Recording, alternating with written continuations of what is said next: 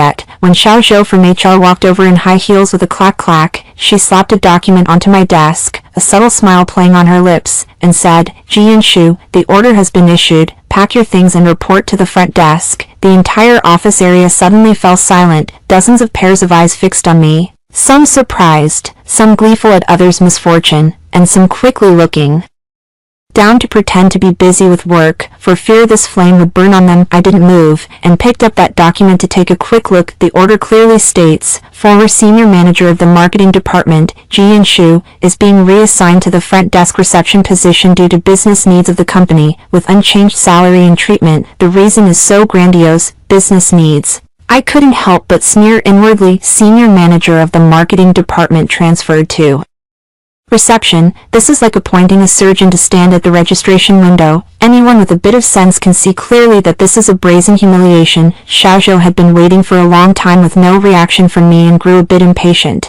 He tapped the edge of my desk and said, "Jianshu, don't make things hard for me. This order of transfer was personally signed by the vice president. If you're not convinced, you can go see her." The 3 words vice president she stressed with particular emphasis. Of course I knew who she was talking about. Xiaowaning. Last month, the vice president parachuted into the company, beautiful, young, rumored to have a business background from overseas prestigious schools, but none of that mattered. The point is that on her first day reporting to the company, she was personally led in by Hu Sihan. Who is Hu Sihan on the surface? He is the executive vice president of the Hu Group, the aloof eldest son of the Hu family. Behind the scenes, he is my husband of 3 years, being secretly married for 3 years. No one at the company knew I was Mrs. He. Back then he said the secret marriage was to protect me, that the business world is like a battlefield, and exposing our relationship would make me a target of his rivals. I believed him, willingly keeping my distance at the company, even pretending not to recognize him in the elevator. But after Xiaowaning came, everything changed. She walked in and out of the company with his arm linked. She rode in his chauffeured car to and from work. She unabashedly coquetted with him at the all-hands meeting, calling him Brother Sihan, and he Sihan, the man who swore at the wedding to protect me for a lifetime, did not push her away, not even a single frown. I watched like watching a farce as my husband and his confidant acted one scene after another in front of me. Xiao Zhou looked at me still unmoving, and his tone sharpened a few degrees. "Jianshu, are you listening to me at all?" I placed the order on the table, stood up, and began to pack. Not in a hurry. I packed all the usual things into the cardboard box one by one, the computer, the folders, the 2-year-old mug, and the box of unfinished cookies in the drawer. Aunt Lin, a colleague beside me, quietly leaned in and lowered her voice. "Yunshu, did you offend someone? You were fine, so why were you suddenly moved to the front desk? Isn't this clearly bullying?" I gave her a small smile and didn't say much. Aunt Lin is a good person, but this matter no one can help me with. Xiao Zhou stood nearby with his arms folded, waiting for me, as if afraid I would run off halfway. He muttered, "How much better it would be if you had spoken up like this from the start, instead of dawdling." I lifted the cardboard box and walked out of the marketing department's office area, one after another with her. The corridor was long, and as we passed the tea room, I heard people inside discussing something. "Have you heard?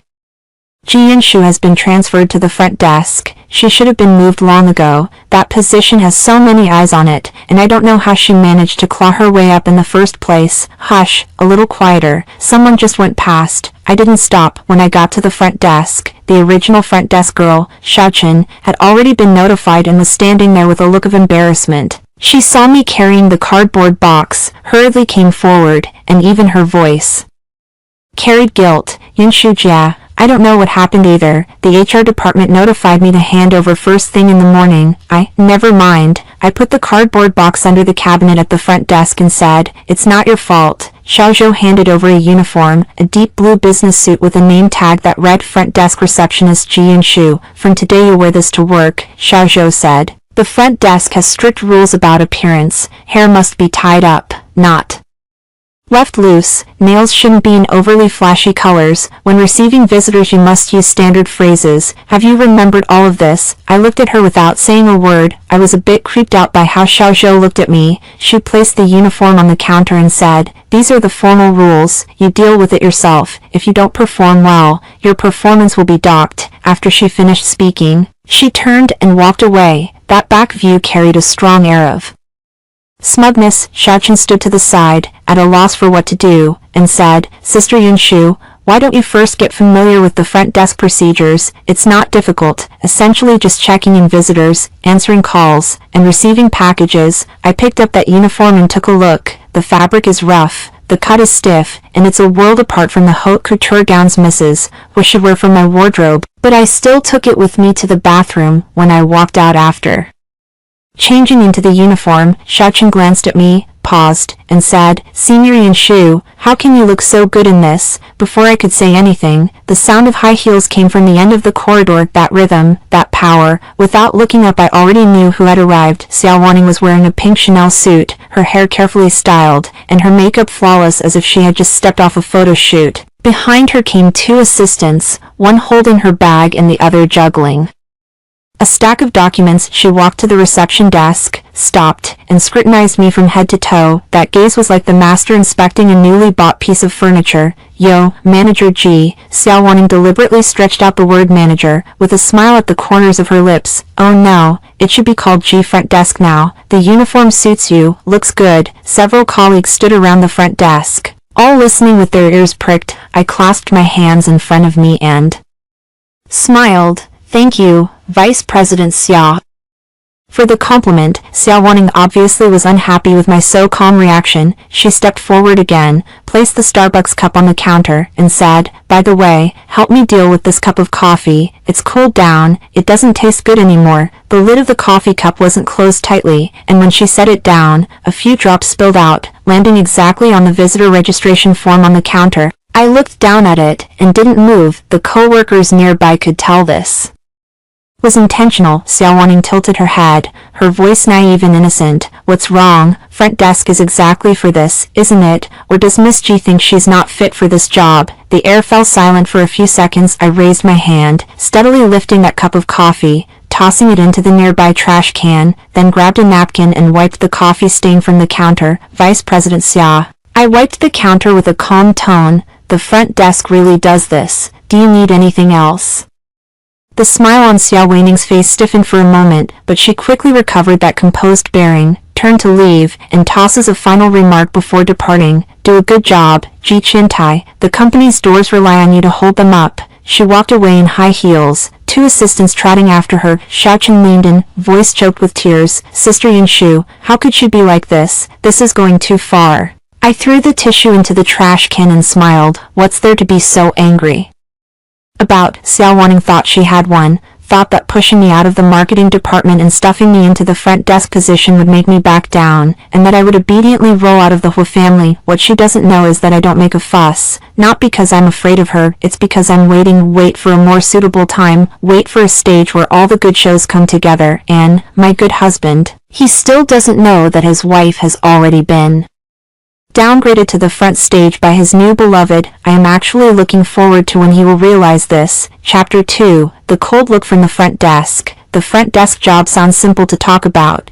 but in practice it is all about subtle skills. Just the visitor registration is enough to give one a headache. Which company? Who is here to see? Whether an appointment has been made? Whether upstairs need to be notified to come down to receive? Every step must be clarified. Missing any link could cause a problem. Xiaochen walked me through the process, talking as she secretly watched my expression. Jade Yunshu, she whispered, Are you really okay? I arranged the registration forms on hand and said, Nothing could go wrong, but Xiaochen bit his lip. Everyone knows you were targeted. Vice President Xiao clearly came for you. You're just going to take it like this? I didn't answer, not endurance, but waiting. The headquarters building of the Hu Group has thousands of people coming and going every day, at least 800. The front desk is the first checkpoint. Whoever comes must pass through this glass door. Here, I can see and hear so much more than from the corner office in the marketing department. At 10:30 in the morning, two colleagues who used to be in my group in the marketing department, one man and one woman, Lu Yu and Sun Hao, emerged from the elevator. Lu Yu saw me standing at the reception desk, her steps faltering for a moment, her expression Complicated. She is someone I personally recruited. When she sent her resume after graduation, the interviewer thought she lacked experience, and I held on to her under pressure. Now she is dressed in a professional suit, a senior specialist badge hanging on her chest. The badge belongs to the marketing department. That desk originally belonged to me. Sister Yunshu, Liu walked over, her voice very light. Sun Hao pulled her sleeve and whispered, "What are you doing? Don't cause trouble, Liu." Yu shook off his hand and walked to the front desk, her eyes a little red. Yunshu Jia, I'm sorry, I didn't know it would turn out like this. Vice President Xia talked to me yesterday, asked me to take your place. Very well, I interrupted her with a smile. You have the ability, you can handle that position. Liu was stunned. Sun Hao pulled her again, this time with some force, dragging her to the side. He lowered his voice and said, "Don't stand here for too long, Xia Vice President's people will see. She's angered the higher-ups now. If you stay close to her, you'll end up getting dealt with together." This was spoken very softly, but I still heard it. Liu was pulled away, and before leaving she looked back at me once. Her lips moved, but in the end she said nothing. I lowered my head and continued to organize the registration forms, pretending I heard nothing. This world works like this. There are few who offer timely help, and many who act in self-preservation. I've been in the workforce for so many years, I understand this principle. At 12 noon, the lobby was bustling with people, and the staff rushed off to lunch. I took out the lunch box I brought in the morning from the drawer and sat on a small chair behind the reception desk to eat. Before the lunch box was opened, a strong scent of perfume wafted over. Xiao Wanning stepped out of the elevator, changed clothes, and the morning Chanel pink suit transformed into a light beige dress, making her look even more delicate and tender. She was followed by 3 female colleagues, all supervisors in the administration and public relations departments, chatting and laughing together. When she reached the front desk, Xiao Wanning paused again. She glanced at the bento box in my hand, a hint of contempt flashing in her eyes, and said, "Front desk is the face of the company. You're eating here at the front desk. What will visiting guests think when they see you eating a boxed meal like this?" The 3 female managers beside her burst into laughter. One of them from the administrative department, Sister Sun, chimed in, "Deputy General Manager Xia is right. Before, Xiaochen always ate lunch in the back pantry, never at the front desk." Xiaochen, who seemed to appear from nowhere, hurriedly said, "Yunshu, why don't you eat back there? I'll take over for you for a while." I placed the bento box on the table, stood up, and met Xiao Wanning's gaze. Her eyelashes were long, her eyes large and bright, but the smug look in her eyes couldn't be hidden, like a cat that has finally caught a mouse, not in a hurry to swallow it in one bite, but to toy with it a while first. "Deputy General Manager Xia," I said calmly, "which employee handbook states that receptionists aren't allowed to eat lunch at their desks? Pull it up for me to see." Xiao Wanning's smile faded a little nearby. Sister Sun hurriedly added, "Jianshu, what kind of attitude is this? Deputy General Manager Xia kindly reminded you, don't be ungrateful." Well, another female supervisor from the public relations department chimed in, "A front desk staffer speaking to a vice president like that, doesn't that mean they don't want to work here anymore?" The elevator gave a ding. Several people instinctively glanced toward the elevator. In the elevator were a few well-dressed businessmen in suits, looking like visitors here to discuss business. Natwasihan, Xiao Wanning retracted her gaze, looked back at me, and her tone became very gentle, completely different from before. "Forget it, Miss Jean might be in a bad mood. Let's go. Don't make things difficult for her." She turned and walked away, and the 3 female supervisors trailed after her like 3 tails. Xiaochen watched their backs, fuming, and said, "What benevolence are you pretending? She was the one who started trouble with you." I sat back down, opened the lunch box, which contained the stir-fried shrimp with rice Auntie made this morning, and it had cooled. "No problem, eat." The afternoon time passed especially slowly. Front desk work was even more tedious than I imagined, answering calls, receiving packages, registering visitors, and issuing temporary passes for colleagues who forgot their ID badges. Not a moment to rest. At 4:30, the admin department delivered a notice saying the company would choose a monthly service star, and the front desk should participate as well. The criteria were the same as for cleaning and security: neat dress, smiling service, 0 Complaints. Xiaochen looked at the notice, his face turning green. Yinshu, monthly service star, isn't that the same level as the cleaning lady's prize? You used to be a senior manager, and now you're being asked to compete for an award with the cleaning and security teams. I folded the notice and put it in the drawer, smiled a little, and didn't say anything. At 5 o'clock, an even bigger surprise arrived. Xiao Waning's assistant Xiao Wu came over, carrying a stack of folders, and sat them on the counter, saying, "Miss G, Vice President Xia said these documents need to be sorted and filed before off work. Sorry to trouble you."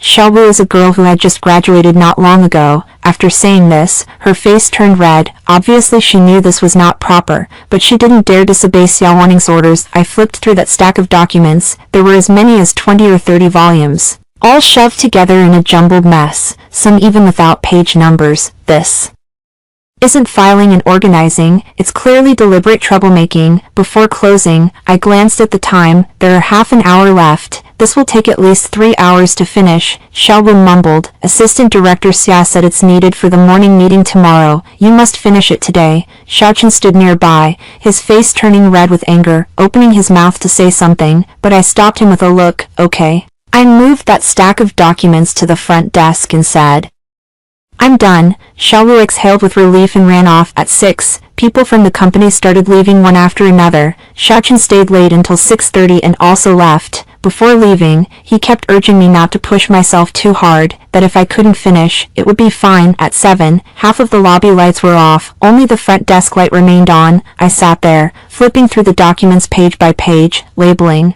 numbering, punching holes, and shoving them into file folders. The empty lobby only had the sound of paper pages turning. While I was tidying up, I silently calculated in my mind, Xiao Waning is pushing me so hard today, which shows she is panicking too. She knows her name is not legitimate and that he Han's legal wife is still staying in this company. If she doesn't drive me out completely, she won't sleep well, but I won't leave. At 8:30. I stuffed the last document into the file folder, moved my stiff fingers, stood up, and prepared to pack up. The phone buzzed at this moment. The screen lit up with a text message from Han. Only 6 characters. "There are social engagements tonight. We'll be back late." I looked at that message for a moment, then unlocked the screen, tucked the phone into my bag. 3 years now, every message he sends is so short, so formal and businesslike. "There are social engagements tonight. We'll work late tonight. I'll return to the old house tonight." Not a single extra greeting, not a single unnecessary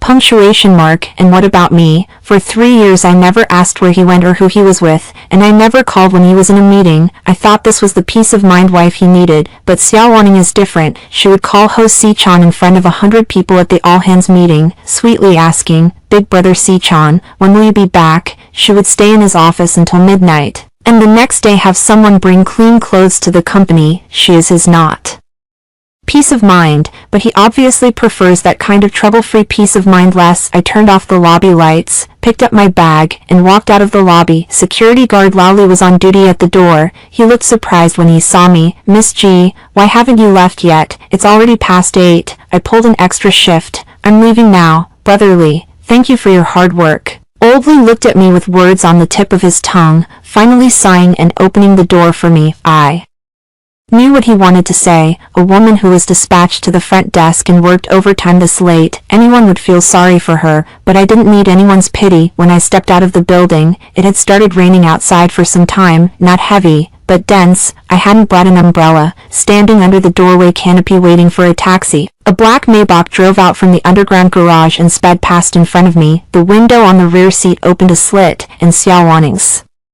face flashed under the street lamp. She leaned back in the seat, talking on the phone with someone, laughing and carefree. "That car belongs to my husband, Han." I stood under the awning, watching the car merge into the rush hour traffic, its taillights gradually turning into 2 red dots before vanishing into the rain. Rain hits the roof, clattering and rattling. I took a deep breath and tucked the wind-ruffled hair behind my ears. "It's nothing, let the bullets fly a little longer." Chapter 3. The President arrives. Wednesday morning, before dawn. I woke up. Han hadn't come back all night. I looked at my phone. No messages, no calls, no texts. It was as clean as if I didn't exist at all. I habitually want to call him, my finger hovering on the screen for 2 seconds before I pull it back. Forget it. If he wants to come back, he will crawl back. If he doesn't want to come back, no amount of calls will help.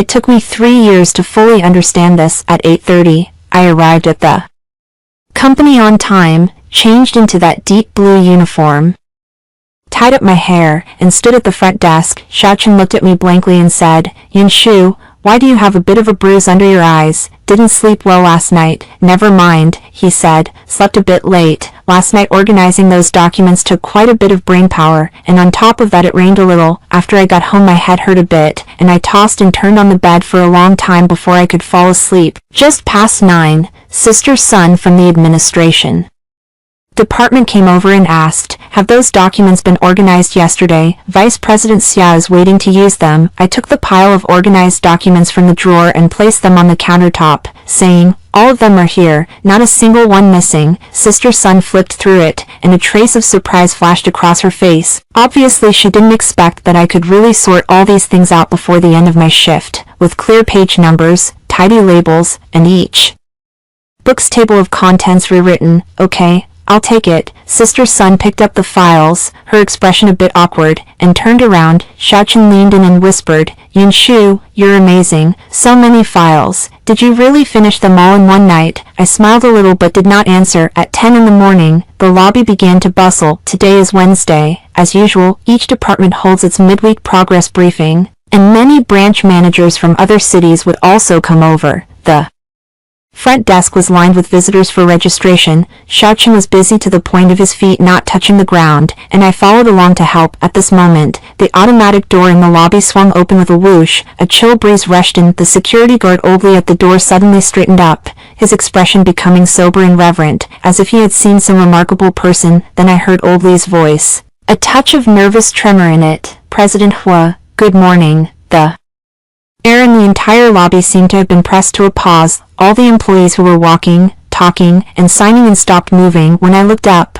I saw his Sikhan. He was wearing a dark gray handmade suit with a white shirt underneath, no tie, the topmost button undone 2 snaps, revealing a small glimpse of his collarbone. Behind him walked 4 assistants, one holding his briefcase, another quickly presenting something on an iPad. He walked very quickly, his steps steady, and the leather shoes on the marble floor made a crisp sound. The people around him automatically cleared a path, none of them daring to block his way. "This is Hua Sihan, the executive president of the Hua Corporation, the master of this business empire who is decisive and uncompromising. He is also my husband of 3 years." He stopped walking suddenly about 5 meters from the reception desk. The 4 assistants stopped in unison, and the one holding the iPad almost bumped into his back. Hua Saikin's gaze landed on me. More precisely, it landed on the deep blue front desk uniform I wore, and the name tag on my chest that read Receptionist Jian Shu. His expression changed from head to toe, from the curve of the eyes to the curve of the lips. Every inch of muscle changed in that instant. First he was stunned, then his brows knitted, and a flicker of a kind of panic I had never seen before flashed in his eyes. He recognized me. Not only did he recognize me,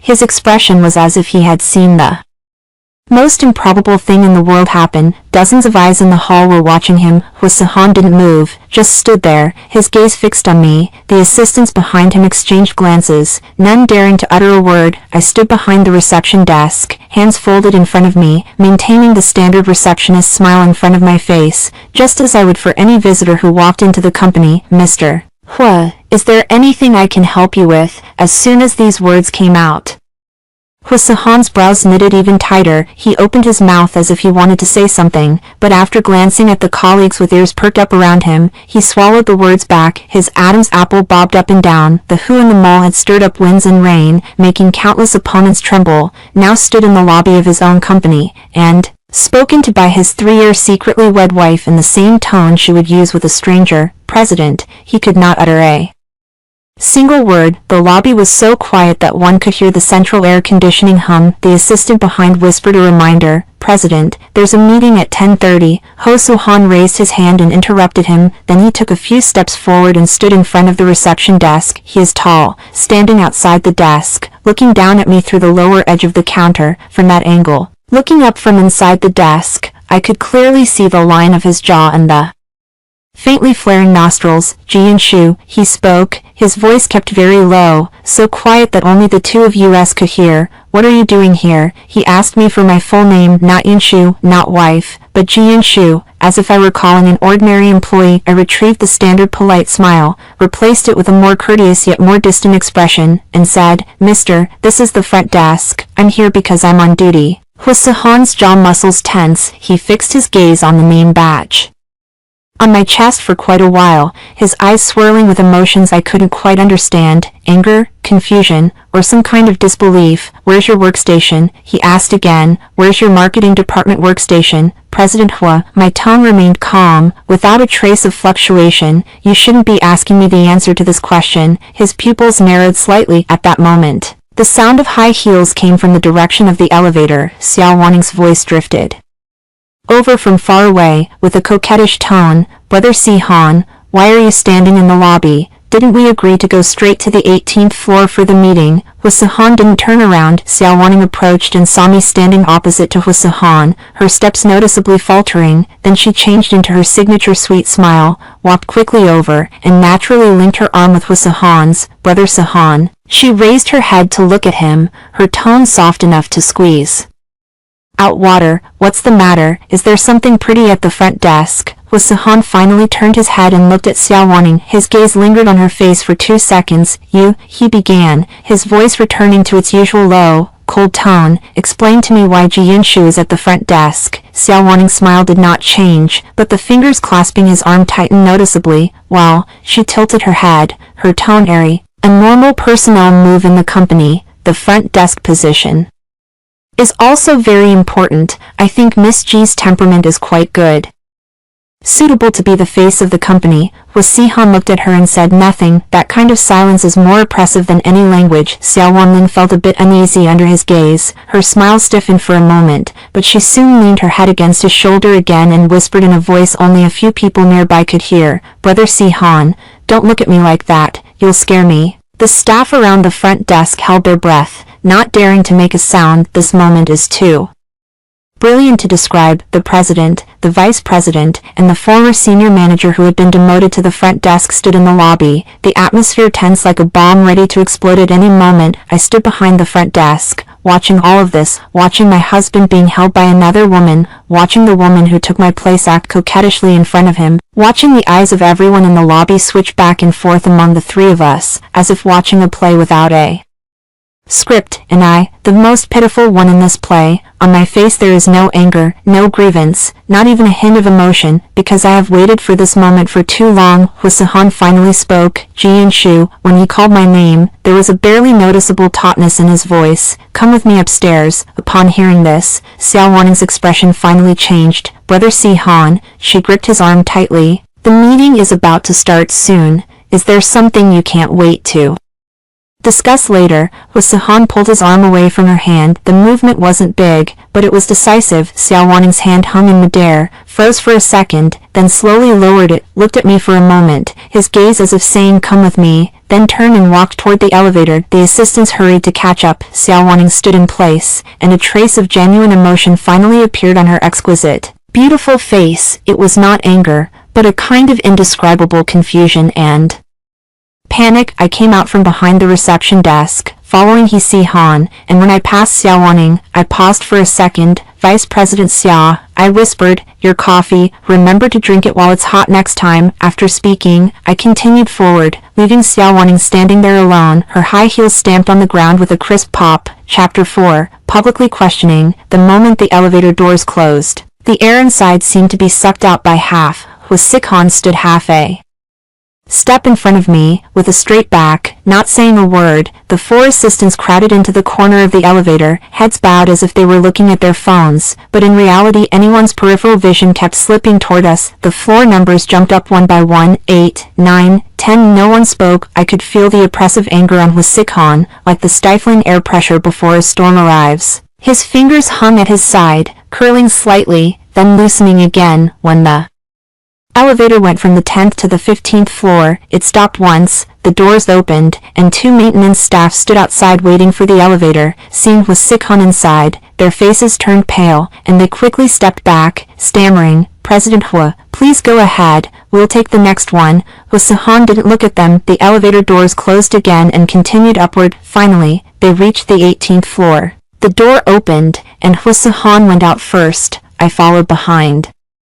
And the assistants, sensing the situation, dispersed, each striding toward the direction of the conference room. Only the two of us remained in the hallway. The door to the president's office was open, and the inside was spotless after cleaning. Morning light poured in through the floor-to-ceiling windows, making the whole office bright. Hwasuhan pushed open the door to the office, stood at the doorway, turned to the side to look at me, and signaled me to go in. I walked in. Behind me, I heard the door click shut, followed by the sound of it being locked. Beyond the floor-to-ceiling window, the city skyline stretched out, tall buildings densely packed, and far out on the river, a few cargo ships slowly drifted by. 3 years ago, when I had just married him, the first time I stood in front of this window, he walked over, embraced me from behind, and said the whole family would have half of you. Back then, I stupidly believed it. Hwasuhan didn't walk behind the desk to sit down. He stood in front of me directly, blocking the light from the window. He stood there against the light, a shadow cast across his face, the jawline taut like a drawn bow. Jian-shu, he spoke, his voice low, each word enunciated clearly. Who told you to stand at the front desk? That question is quite interesting. Who told me to stand at the front desk? I was almost laughing aloud at his remark. Hwasuhan saw me smile,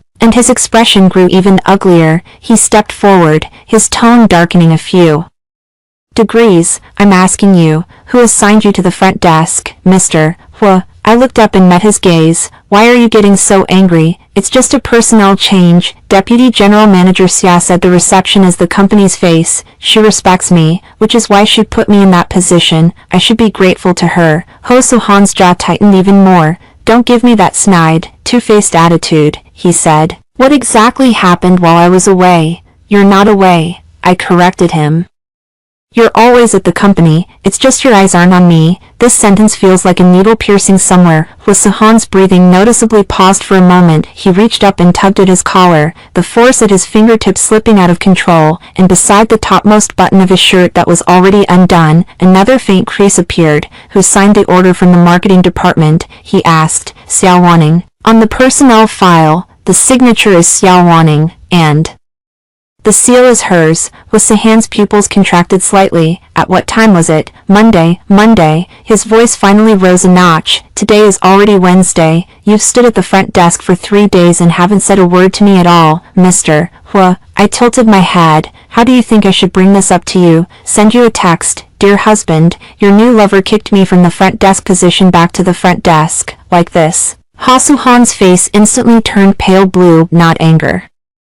Turned cold blue, but a pale, on the verge of collapse spreading from the neck to the face after someone pierced the most hidden, most cowardly place. His lips moved a little, as if he wanted to say something, but I didn't give him a chance, and I continued, my tone calm as if reporting a quarterly summary. Vice President Xia is indeed more suitable to stand beside you. She's young, beautiful, knows how to be coy, and in the all-hands meeting she'll be draping an arm around your shoulder and call you Si Han Gij. What about me?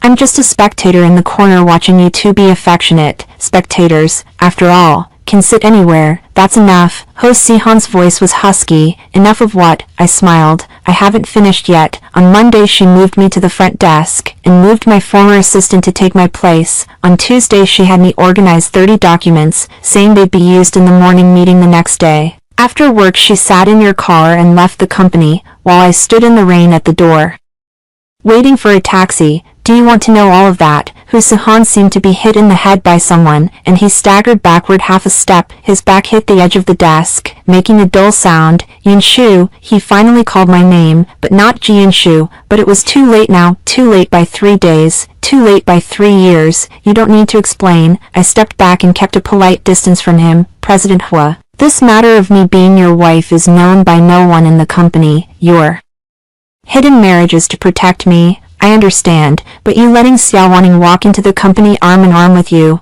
letting her ride in your car to go to and from work, letting her issue commands in the company as the mistress, are these what you call protecting me? Hwasuhan's face grew whiter and whiter, his fingers clenched the edge of the table, the joints turning white. Xiao Wanning's matter, he spoke, his voice rough as if it held a handful of sand. I am not what you think. What? Kind of thing is it? I looked at him. He did not answer. The office was quiet for a full 10 seconds. Outside the floor-to-ceiling windows, a plane glided slowly over the city, leaving a white contrail in its wake. Hyoshin suddenly reached out and pressed the internal line on the desk. Call Xiaowaning to my office, he said into the mouthpiece. Now, on the other end of the line, Assistant Xiaozhou's voice came through. With a hint of hesitation, President Hu, Vice President Xia is downstairs.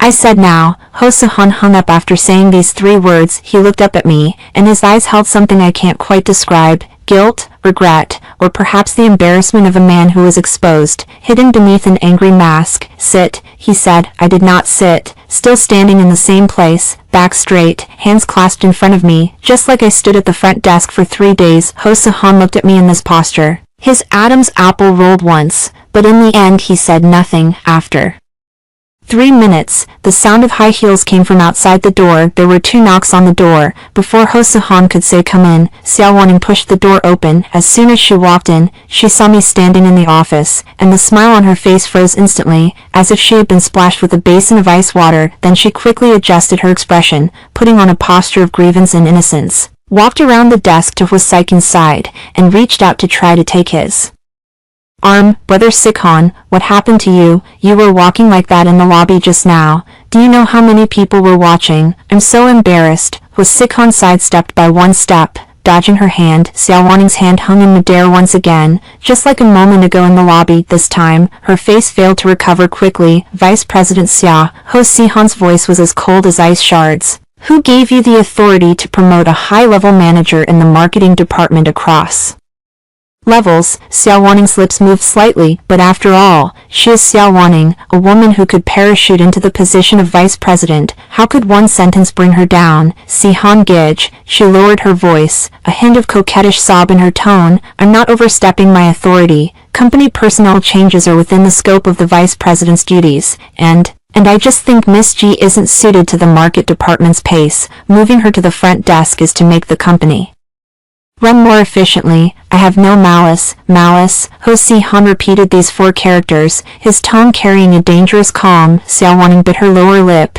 and the pair of beautiful large eyes quickly clouded with a layer of tears. There really isn't. Si-han Gij, you have to believe me. Se-han didn't respond to her words. He turned around and walked to the floor-to-ceiling window, his back to the 2 of us. His silhouette was tall and upright, his shoulders broad, the suit outlining his figure perfectly, but at this moment, that silhouette looked incredibly stiff. Xiaowaning, he spoke, his voice echoing back through the glass window with a touch of hoarseness. Today you must revoke the orders and restore Jianshu to her original position within the day. Xiaowaning was stunned. Brother Si-han, also, he interrupted her coquettishness. From now on, all your personnel appointments and dismissals are temporarily frozen. If you need to transfer anyone, report to me first.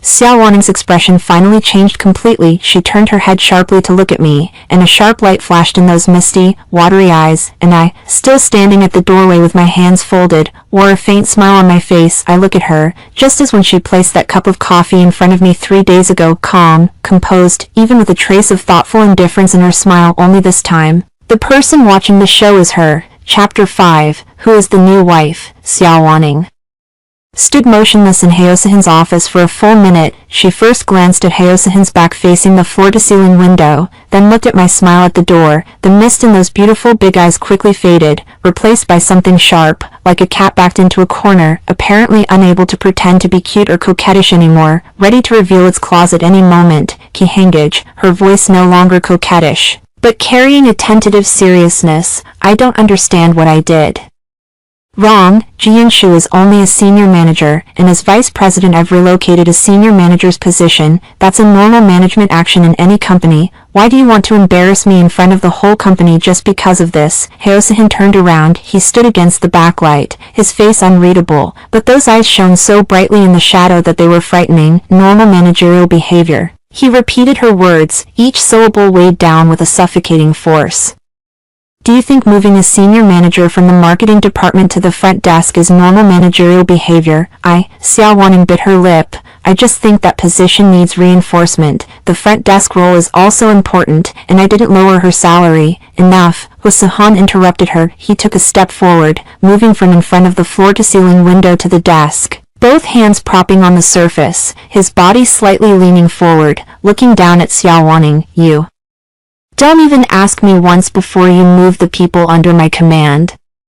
His voice was lowered, a chill underlying the deep notes. Xiao Wanning, who gave you the guts? Xiao Wanning's face completely whitened at these words, not because Huasikin's tone was fierce, but because of those 3 words, my people. She finally heard something different in those 3 words. She turned her head to look at me, and those eyes were full of disbelief. Her lips trembled several times before she could speak. You, and her. Huasikin said nothing, but he did not deny it either. Xiao Wanning took a step back, and the heels clacked on the wooden floor. Her gaze swept back and forth between me and Huasikin several times, as if recalculating the entire situation, and I, still standing at the doorway, kept my hands clasped, watching her as if it were a splendid play. Vice President Xia, I finally spoke, in a calm tone. Do you understand now? Xiao Wanning's gaze pierced into me like 2 knives, but her smile soon reappeared on her face, a deliberate smile, the curve of the mouth measured with precision, as if she were fighting to preserve a final bit of dignity for herself. Jianshu, you hide so well. Likewise, I smiled at her. Aren't you the same? Huasikin straightened up, walked around the desk, and stood between me and Xiao Wanning. He glanced at me first, then turned to Xiao Wanning, his tone already returning to that formal, business-like coldness. Xiao Wanning, you will take care of the 2 matters I just mentioned now. First, revoke Jianshu's transfer order and restore her original position. Second, go to the Human Resources Department to file the records. From today, your authority over personnel appointments and removals is temporarily frozen. Xiao Wanning gripped her phone tightly in her hand. Her nails were very pretty, a pale pink, with tiny rhinestones embedded on them, and at this moment they brushed slightly against the phone case, making a faint sound. Okay. She took a deep breath and put on that professional smile again. Since President was said so, I'll do as you say. She turned and walked toward the door. When she passed by me, she paused for a second and turned her head to look at me. She was 2 or 3 centimeters shorter than I, but her high heels made up for it. We were almost eye to eye, and the proximity was so close that I could even clearly see the delicate little hook at the end of her eyeliner. Miss G, she lowered her voice, speaking at a volume only the 2 of us could hear. Do you think you won? I don't think I've won, I replied in a lowered tone as well. I just think you should change your cafe. Xiao Wanning's eyelashes trembled briefly, then she laughed, and the smile carried a stubborn pride that refused to lose, a stark contrast to her usual coquettish and spoiled demeanor. Let's wait and see. With those 4 words, she left the office in high heels. The door wasn't closed properly, and her footsteps faded farther and farther down the corridor, quickening until they finally disappeared toward the direction of the elevator. In the office, it was just me and Huasikin left. He stood beside the desk, one hand propped on the edge, the other massaging his brow. From my angle, his profile remained sharp and handsome, but the bluish tint beneath his eyes and the pale lips betrayed his current state. He was more panicked than I imagined. Yanshu, he lowered his hand and turned to look at me. This matter is my negligence. I apologize to you. Apology. 3 years of marriage. This is the first time I've heard Huasikin say the 2 words sorry. This eldest son of the Ho family, a pride of the business world, has always had others apologize to him. When did he ever say sorry to anyone? I should have been moved, to be sure, but for some reason, when I heard these 2 words, my heart steadied, not a trace of ripple, perhaps because the apology came too late. Perhaps because I knew the reason for his apology wasn't that he truly realized the harm he caused me, but that his people were overtaken. His face had been slapped. I looked at him and fell silent for a long while. Then I laughed. How Zong, your way of apologizing is really interesting. Huasikin frowned. What do you mean? I mean, up to now, you've never asked me a single question. What message? Why don't you ask me what it felt like in my heart during the 3 days I stood on the stage? Why don't you ask me when you were draping your arm over Xiao Wanning and walking past me at the company-wide meeting, what I was thinking? Why don't you ask me why every night I kept vigil by an empty room waiting for you to come home, until 2 or 3 in the morning, and then received an 8-character text message? Why don't you ask about any of this? Huasikin's Adam's apple rolled a bit. Yanshu, you don't have to say it, I interrupted him. I'll answer for you, because you don't care. What you care about isn't how much I've suffered. You care that your things have been touched, that Your authority has been challenged. Xiaowaning didn't transfer Yanshu, she transferred with Sahan's wife. Your anger isn't because I've been bullied, but because someone moved all of your possessions without your permission. Those words were like ice cubes, one after another smashing into the office, freezing the air a little. Sahan stood there, his face shifting from pale to white, his fingers clenched and loosened on the edge of the table, loosening then tightening again, back and forth.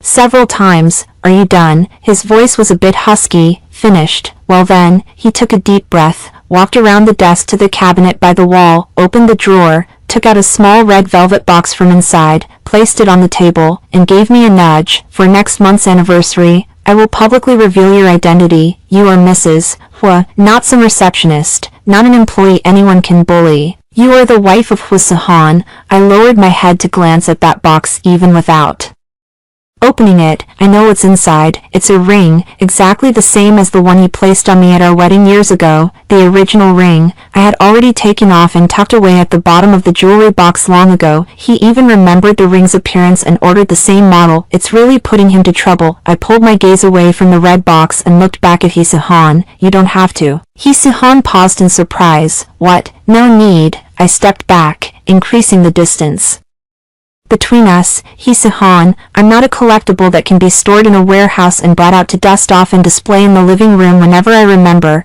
With Sahan's eyes narrowed slightly, it seemed he finally realized that this matter was different from what he had imagined. He thought he would see a wronged wife, someone who would see him step up to support her, then be grateful, in tears, and forgive him, returning to his side. But what he saw was a woman who hadn't shed a single tear. From beginning to end, even smiling, that kind of smile made him feel uneasy.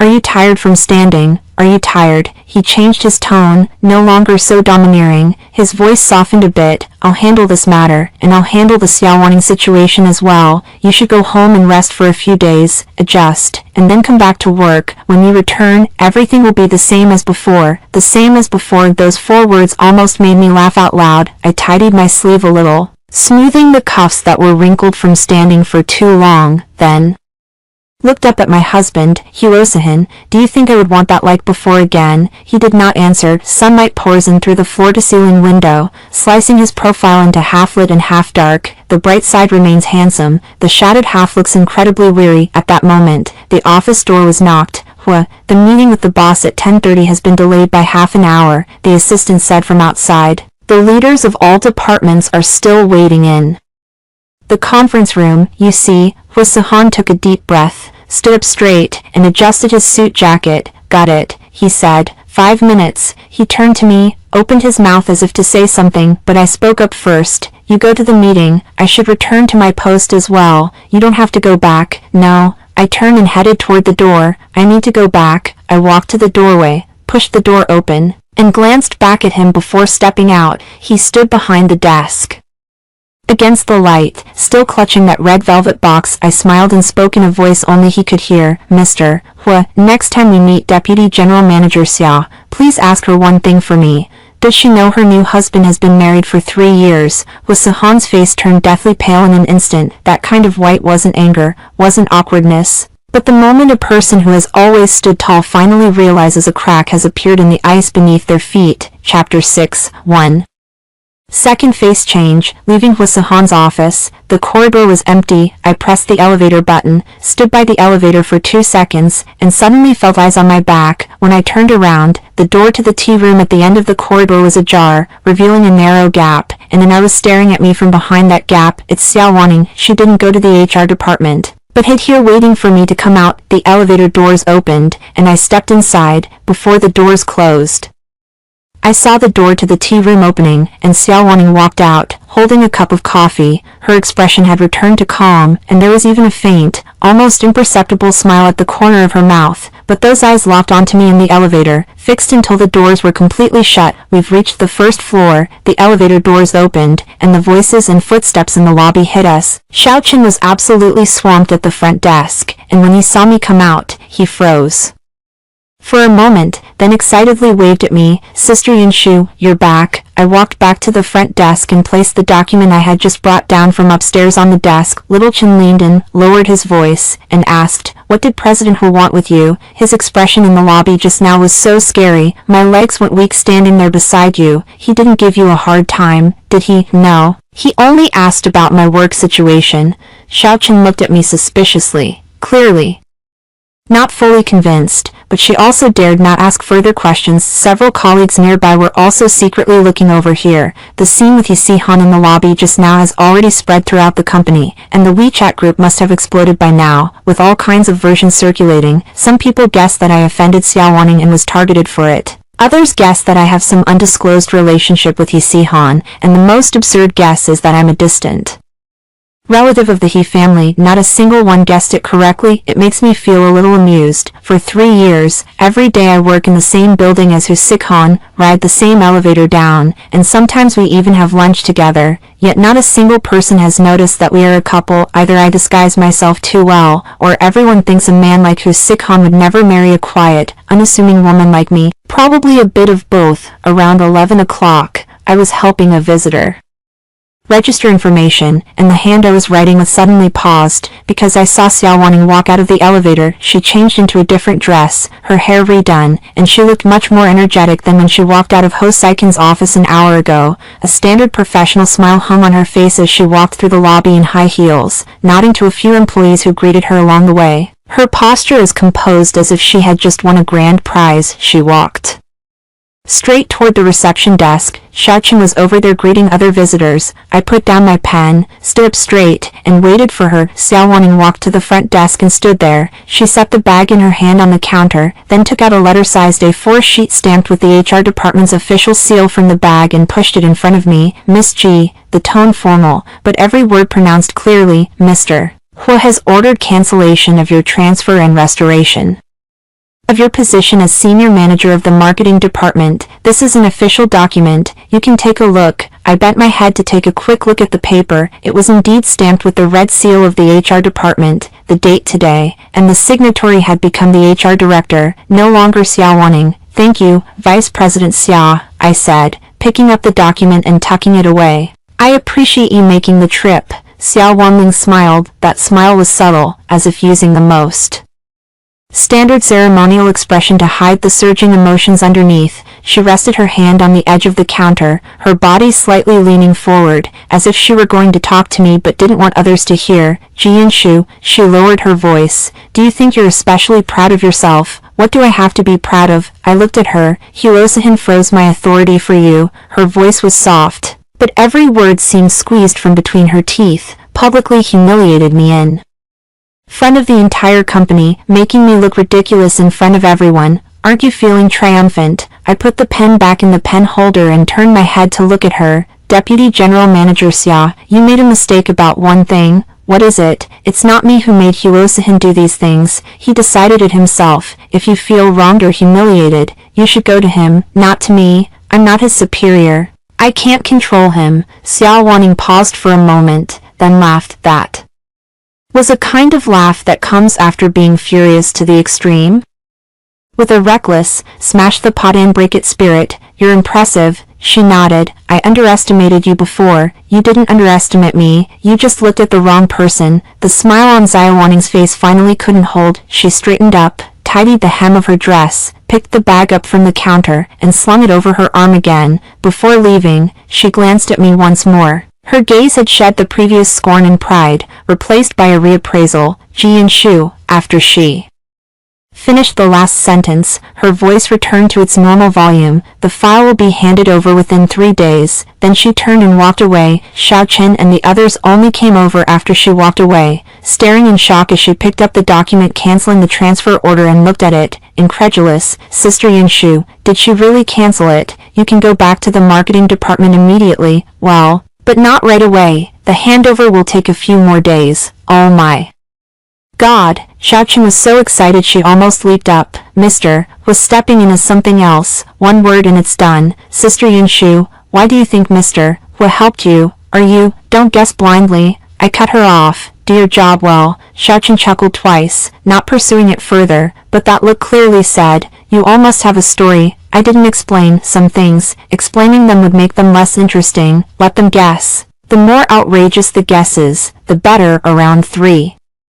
In the afternoon, Luo Sihan's assistant Xiao Zhou came down holding a pile of things. Xiao Zhou is the least experienced among Huasaikin's 4 assistants. Usually he handles odd jobs and errands, but he is quite quick-witted. He walked to the front desk, placed the stack of things on the counter, and I saw that it was my mug, the folder, and the unfinished box of cookies from the drawer. These were things I left at the market department when I moved on Monday, which were collected by the administration department, and I don't know how they ended up in Huasaikin's hands again. Manager G. Xiao Zhou smiled very earnestly, a stark contrast to the face from this morning when he frowned and made me sign the handover documents. Mr. Hua asked me to bring these items to you and say they are your private belongings. Please keep them safe. He also said that if you're missing anything, you can go to him directly to take care of it. Xiaochen stood by, watching this scene, his jaw almost dropping. After Xiao Zhou left, several colleagues came over one after another to say hello. The new intern in the marketing department, Xiao Qin, who had never said 2 words to me before, specially came over now to ask if I wanted help moving things. Sister Sun from the administrative department also arrived, her attitude doing a complete 180-degree turn,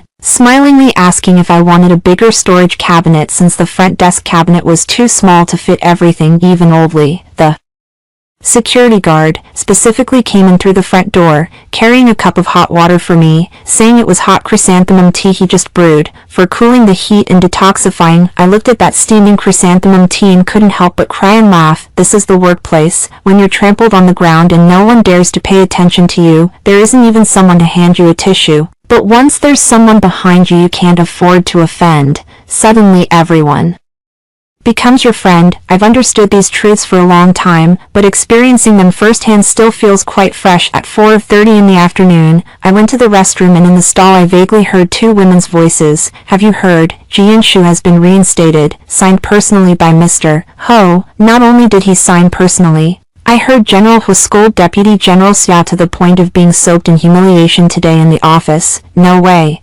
Deputy General Xia wasn't personally recruited by General Hua. The two seemed to be quite close. Close? What close? Didn't you see Deputy General Xiao's face when she came down from the 18th floor just now? It looked like she had just crawled out of an ice cellar. I'm telling you, Ji Yunsu is definitely not simple. In the future, don't provoke her. Who dares provoke her? I'd rather hide than stand in her way. 2 voices drifted farther and farther apart, finally fading at the end of the corridor. I pushed the door open and walked to the sink, washed my hands, and looked up at myself in the mirror. The woman in the mirror was wearing a deep blue front desk uniform, her hair neatly tied back, no makeup on her face, the dark circles under her eyes not yet fully gone, yet the corners of her mouth were slightly lifted, bearing a look that even she found unfamiliar. That was a long-awaited feeling of taking control back into her own hands. I turned off the faucet, pulled out some tissues to dry my hands, and curved my mouth at my reflection in the mirror. What are you smiling about? This is just the beginning. 5:30. Quitting time. I changed clothes, folded the uniform and placed it in the locker, and said goodbye to my front desk colleagues. As I was leaving, Xiaochen even chased after me and stuffed a candy into my hand, saying it was her lucky candy, congratulating me on my rise. I took the candy, peeled off the wrapper, and popped it into my mouth. The sour-sweet lemon flavor exploded on my tongue.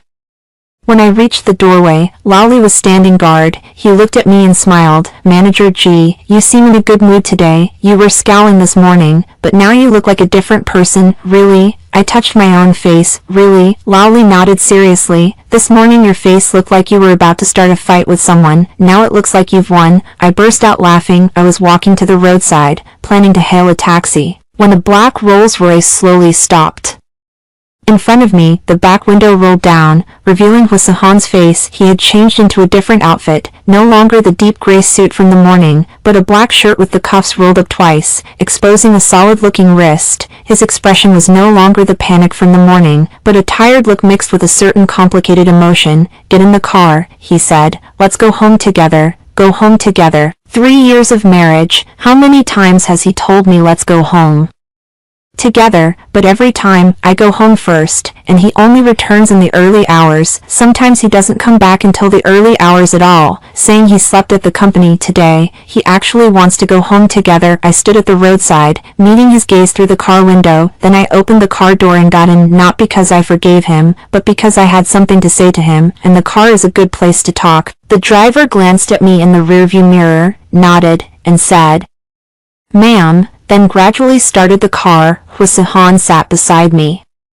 With a seat armrest between us, he didn't lean over, nor did he reach out to hold my hand. He just sat quietly, tapping his finger on his knee twice, as if brewing some words. After the car drove past 3 intersections, he finally spoke. "Xiaowanning's authority has been frozen, and the orders have been revoked. You can return to the market department tomorrow." "I know." She personally delivered the documents. Hwasihan's fingers rested on his knee. "Did she come looking for you?" "Yeah." I turned my head to look out the window, tone very flat. "She came to deliver the documents, businesslike, with a decent attitude." Hwasihan remained silent. The air inside the car fell quiet for a few seconds, save for the hissing sound of the air conditioner vents. "Yanshu," he spoke again, "Xiaowanning's matter, it's not something you can explain in a few words. Her father and my father are old acquaintances. The XIA family and my family have had some business dealings. Her coming to the Hua group was also a board decision, not my personal choice. You don't need to explain to me." I turned my head to look at him. "Your relationship with her, I'm not interested." Hwasihan's brows furrowed. "You are my wife. Why aren't you interested?" "Because what I'm interested in now is something else." "What is it?" The car turned a corner, and the street lights stretched streaks of light across the car window. I watched those light and shadows slide over Hwasihan's face, flickering, making his eyes look particularly bright. "I want to know how you plan to explain things to Xiaowanning." "Explain what?" "Explain our relationship to you and me. Today in the office you didn't say it outright, but she's not stupid. She's figured it out already. What do you think she'll do?" Hwasihan's fingers tightened. This is exactly what he's worried about. Xiaowanning is not an ordinary woman. Behind her is the Xia family, the influence of the board, and her father's decades of business connections. If she turns against him because of today's matter, the impact on the Hua family would not be negligible, but his wife has been bullied, and he can't just stand by and do nothing. "I'll handle it," he said, his tone carrying a reluctance to talk about the topic any longer. "You can rest assured." "Hwasihan," I called his full name, "do you know that every word you spoke today is expressing the same meaning?" "What do you mean?" "You're afraid." Hwasihan's fingers tightened suddenly. He turned his head and looked at me, a hint of exposed embarrassment flashing in his eyes. "Do you think I'm afraid of something?" I smiled and didn't answer the question. The scenery outside the window changed as the car drove into the villa district. Tall plane trees cast heavy shadows in the twilight, and the street lamps began to light up one by one, reflecting a pale gold glow on the asphalt. The car stopped at the villa gate, and the driver got out to help us open the door. Hwasihan got out first, then stood at the car door and held out his hand to me. He rarely does this gesture. In 3 years, there have been only a handful of public occasions I attended with him, and the number of times he opened the car door for me could be counted on one hand. Today, he stood in the twilight, reached out his hand, the black shirt blown slightly by the wind, and the whole scene looked like a movie frame. I did not take his hand. When I got off the car, his hand was still in midair, joints clear, and the wedding ring on his ring finger shimmered faintly under the streetlight. Then he pulled his hand back on his own. We walked into the villa gates in a single file, one after the other. Chapter 7, Xiaowaning's excuses. The villa door closed behind me. The sensor light in the foyer came on, casting a warm yellow glow over the marble floor. I changed into my slippers and walked inside, and followed behind him. His leather shoes clicked on the marble floor, every step with a deliberately eased force. The living room light was half on, and the pool outside the floor-to-ceiling window glowed with a faint blue light. Our home has a very large layout, so big that if 2 people sat at opposite ends, you'd have to raise your voice to hear each other. I used to think this kind of spaciousness was wasteful, but now I feel it's just right, at least not cramped on a small sofa, sitting too close together. Hwasihan took off his suit jacket and draped it over the sofa armrest, then walked to the bar counter and poured 2 glasses of water. 1 cup was placed on the coffee table in front of me, and the other cup was kept in his hand. He took a mouthful of water, his Adam's apple rolling, then set the glass on the counter,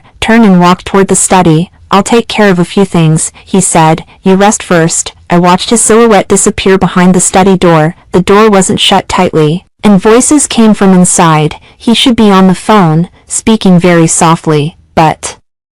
A few words were faintly audible, the phrases Mr. Xia, the board, explanation. I know what he intends to explain to the board today. What he did to Xia Wanning at the company, in the most polite terms in the shopping mall, was to dose 10 Xia family's face. The Xia family, though not major shareholders in the Hui group, has tangled business connections. A single spark could burn the entire network, was Sahan's move today, stirring up the Xia family's eldest daughter over a mere little receptionist position. This news has probably spread through half the business circle by now. Of course he has to explain it. As for how he will explain it, whether he will reveal my identity in front of the board, well, that depends on his own choice. I sit on the living room sofa and check my phone. The work group chat exploded. Actually, since the afternoon, there had been non-stop messages in the group. I just hadn't looked. Now when I open it, hundreds of unread messages are flipping up. Did Ji Yunshu regain her position? Really true. HR documents are out. Stamped. Where should we put Vice President Na Xiao's face? I heard that General Manager Hu personally inquired about it. Is Ji Yunshu related to General Manager Hu somehow? It can't be. She's been at the company for 3 years. If there were any connection, it would have been exposed by now. Not necessarily. General Manager Hu's cousin also worked in the marketing department for a year.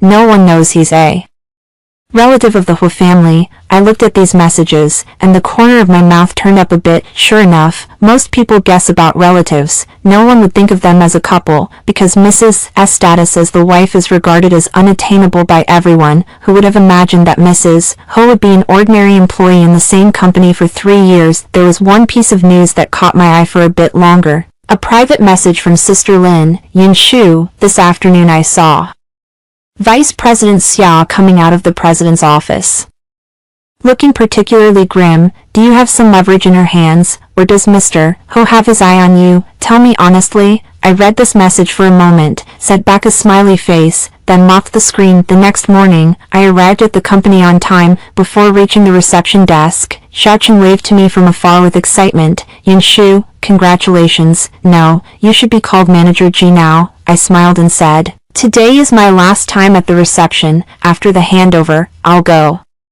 back upstairs. Okay. Xiaochen said briskly as he poured me a cup of hot water and set it on the desk. Even on the last day, we should make it a good one. Just past 9 o'clock, someone from the marketing department came over. Liu was at the elevator entrance with 2 interns to greet me. Her eyes were a little red, and she was holding a small cake in her hands, on which the words "Welcome Manager Ji returns" were written crookedly in chocolate sauce. Sister Yunshu, Liu placed the cake on the reception desk and spoke in a choked voice. I wasn't thoughtful enough. I should have spoken up for you in the lobby that day. I've thought about it since, and the more I think, the more uncomfortable I feel. I raised you, after all, and when you were being bullied, I didn't even say a word of justice for you. I glanced at the cake, reached out, and patted her shoulder. It's fine, there's nothing to cry about. Even if you spoke up for me that day, it wouldn't have changed much. If what you said had come out, there would be 2 people here eating cake right now. Liu forced a smile through her tears and wiped her eyes. The cake was cut and divided among the colleagues at the front desk, and a piece was also given to the security guard Laoli. When Laoli received it, he rubbed his hands in embarrassment and said, Manager Ji, you're a person without airs. I truly admire you from the bottom of my heart.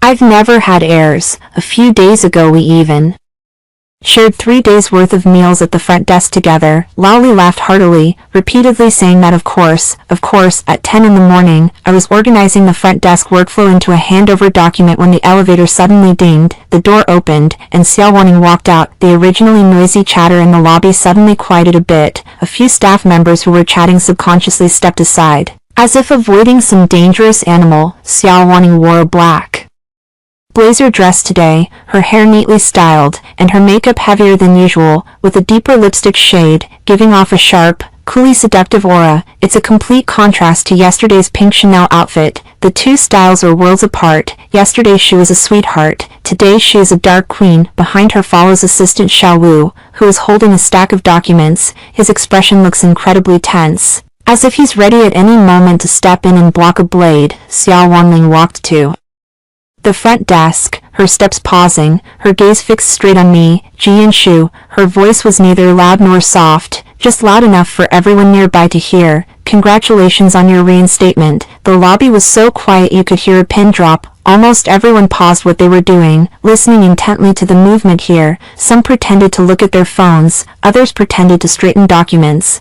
But their peripheral vision kept glancing in this direction. I looked at Xia Wanling, smiled a little, and said, "Thank you, Vice President Xia, you're welcome." Her mouth also curved into a faint smile, but that smile was chilling and devoid of warmth. "Getting your position back doesn't mean everything is over. I've looked at the market department's quarterly performance indicators, and your group's completion rate is second from the bottom in the whole company." Manager G. "You'd better push a little harder from now on, so I won't have to sign another transfer order."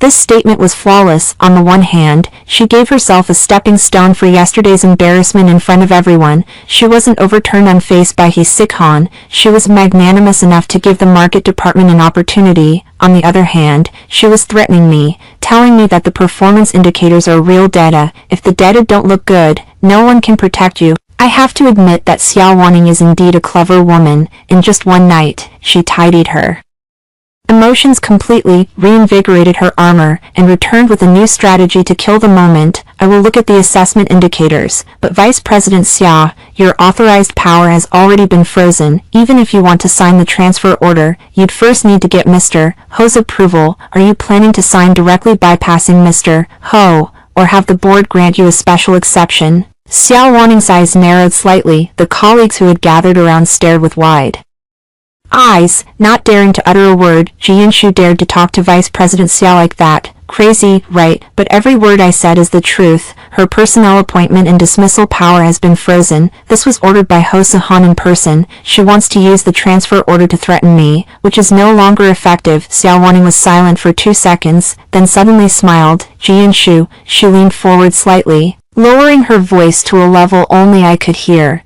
"You think with Ho Sihan protecting you, you can rest easy. Let me tell you, Ho Sihan can't protect you for a lifetime. He can stand by you once, but that doesn't mean he can stand by you a second time. A man's heart changes faster than anything." Deputy General Xia, you really study men a lot. I smiled, lowering my voice the same way to reply. "Then have you studied why he would rather offend you and the Xia family for me than look at you once more?" Xia Wanning's face suddenly turned pale. This sentence pierced the most painful spot in her. Since she parachuted into the Hu family, she had lowered her stance in every possible way, acting coquettish, ingratiating, and presuming the role of almost Mrs. Hu at the company. But Ho Sinhan had never acknowledged her identity in any public occasion, not even giving her a formal status, and all her superiority was built on the hollow, elusive title of Mrs. Hu in the future. But the real Mrs. Hu was now standing right in front of her, and she suddenly realized that her own status was flimsy. "Vice President Xia,"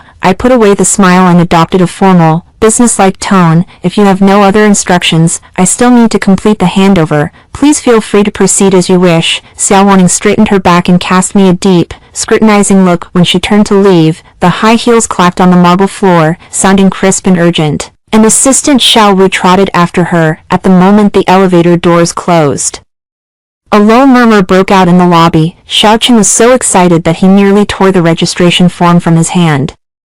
"Sister Yunshu, you're amazing." The line you just gave made her face go pale. I just smiled and said nothing. "But I know, Xia Wanning won't let it go just like that. I know her kind too well. Born into a good family, beautiful, raised with favors since childhood, never had a major setback. The more such people fall, the harder they rebound, because she cannot stand losing face, even more cannot stand being the joke. She lost the confrontation today, but she will surely figure out a way to reclaim the scene." Sure enough, after 3 o'clock this afternoon, an email was sent to everyone in the company. The sender is Xia Wanning. The recipient is all department heads across the company, with a copy to Hu Sihan. The content of the email is the Market Department Quarterly Review and Rectification Notice, a long and flowery message, with the core idea being, given that the Market Department ranks second to last in Q2 performance, department heads are required to submit a rectification plan by the end of the month, and must personally give a public report at the department heads meeting. The 2 characters personally, she specifically underlined. Rectification reports themselves aren't a big deal. Any underperforming department has to write one,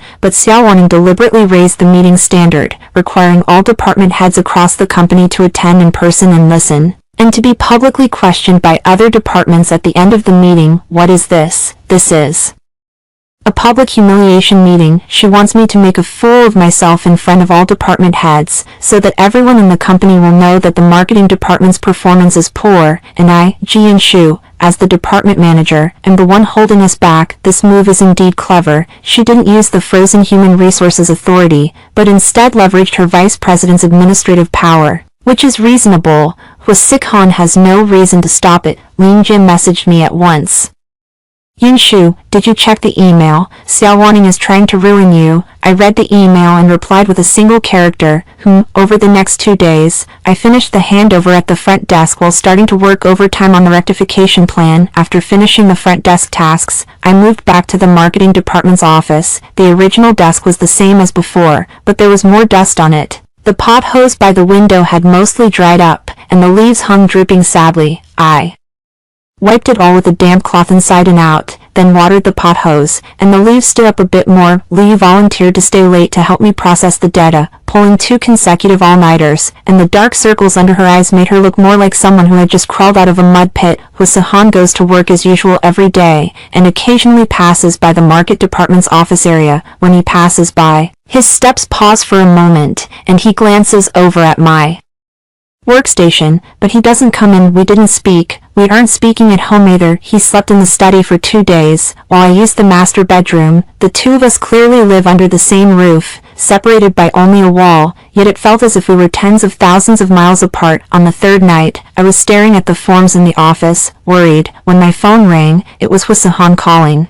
Still at the company? He asked. Yeah, I'll come pick you up. No need, I'll ride back by myself. There was a moment of silence on the other end of the line, and then he said, Ji Shu, are you planning to be this stubborn forever? I looked at the table on the computer screen, paused for 2 seconds, and then said into the microphone, I'm not being stubborn. I've only put all my thoughts into my work. After all, I have to give a presentation in front of the entire company before the end of the month, and Vice President Xia is waiting to see me make a fool of myself. There was another moment of silence on the other end of the line, then the busy tone signaling that he had hung up. I put down my phone and continued to look at the table. At 10:30, I packed up and left work. As I walked out of the building, I saw a black Maybach parked by the roadside, its lights on, the engine emitting a deep rumble in the night. Sitting in the driver's seat was Sahan. He rolled down the window, glanced at me, and said, Get in. I didn't move, he sighed, using a tone I had never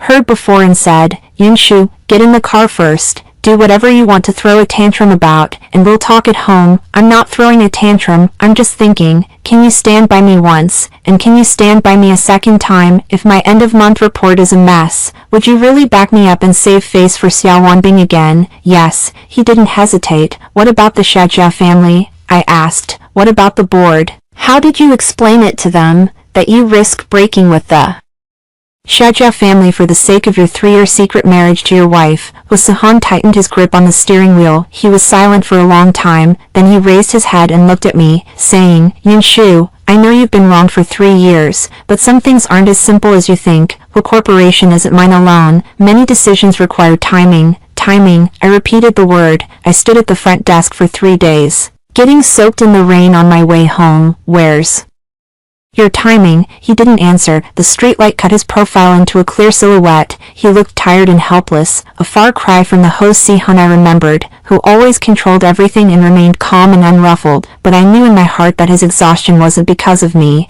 but because the situation as a whole had spiraled beyond his control. He couldn't steady the board of directors, stabilize the Xia family, and also steady me, and I no longer want to be the easiest option to give up on. Chapter 8, The President's Wife's Authority. The date for the rectification/summary report was set for the last day of the month, and the venue was the large conference room on the 18th floor. When I arrived at the company that morning, I found a circle of people already gathered at the door of the conference room. The heads of all departments had arrived early, standing in small clusters in the hallway, holding coffee and speaking in low voices. Their expressions varied.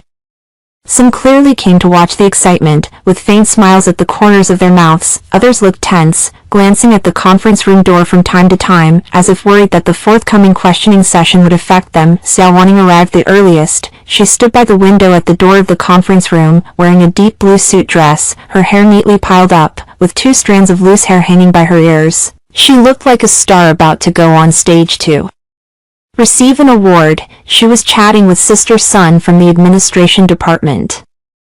Smiling calmly and gracefully, completely unlike the person who had been slapped in the face in front of everyone the past few days, I carried a stack of materials as I walked from the corridor, and her gaze fell on me. Her smile at the corner of her mouth didn't change, but the light in her eyes cooled by an inch. The meeting room door opened, and everyone took their seats one after another. A long conference table. Hirosahin sat in the innermost seat by the window, with nearly 30 department heads seated on both sides. Xiaowaning sat to Hirosahin's left, a professional smile on her face, and in front of her on the tabletop lay an open notebook. I sat as far as possible from Hirosahin, near the door. The moment I sat down, I noticed Hirosahin's gaze sweep past the long conference table to look at me, then quickly withdraw, lowering his head to flip through the agenda in his hand. The main agenda for today's meeting is the quarterly rectification report from the marketing department.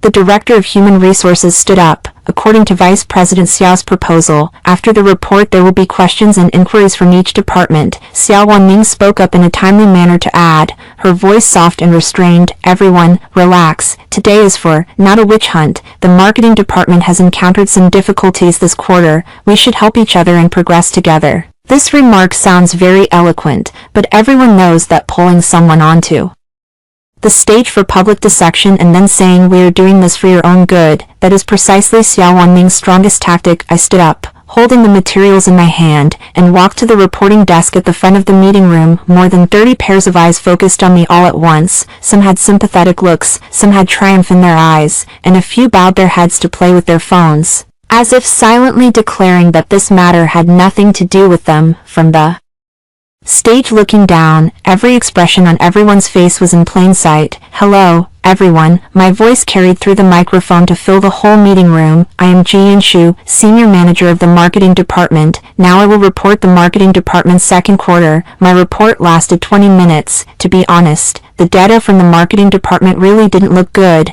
In the second quarter, we lost 2 major clients. The development of new clients was severely lagging, and the overall revenue indicator only reached 68% of the plan. I didn't hide any of these numbers. I put them all in the PowerPoint. When the report ended, the conference room fell quiet for 2 seconds, and then Xiao Wanling was the first to clap. The applause was neither hurried nor slow, but carried a condescending appreciation, like a teacher encouraging a student who had finally admitted they failed the exam. "Manager Ji's report is very candid," Xiao Wanling began, with a touch of gentle sympathy in her tone. "Being able to face the problems directly is worth acknowledging. However, a few items mentioned in the remediation plan, such as increasing new media investments and expanding into lower-tier markets, seem almost the same as what was proposed last quarter. I want to ask you, Manager Ji, why do you think the same approach will succeed this time?" I stood on the stage, smiling as I looked at her. The questions Deputy General Manager Xiao raised make a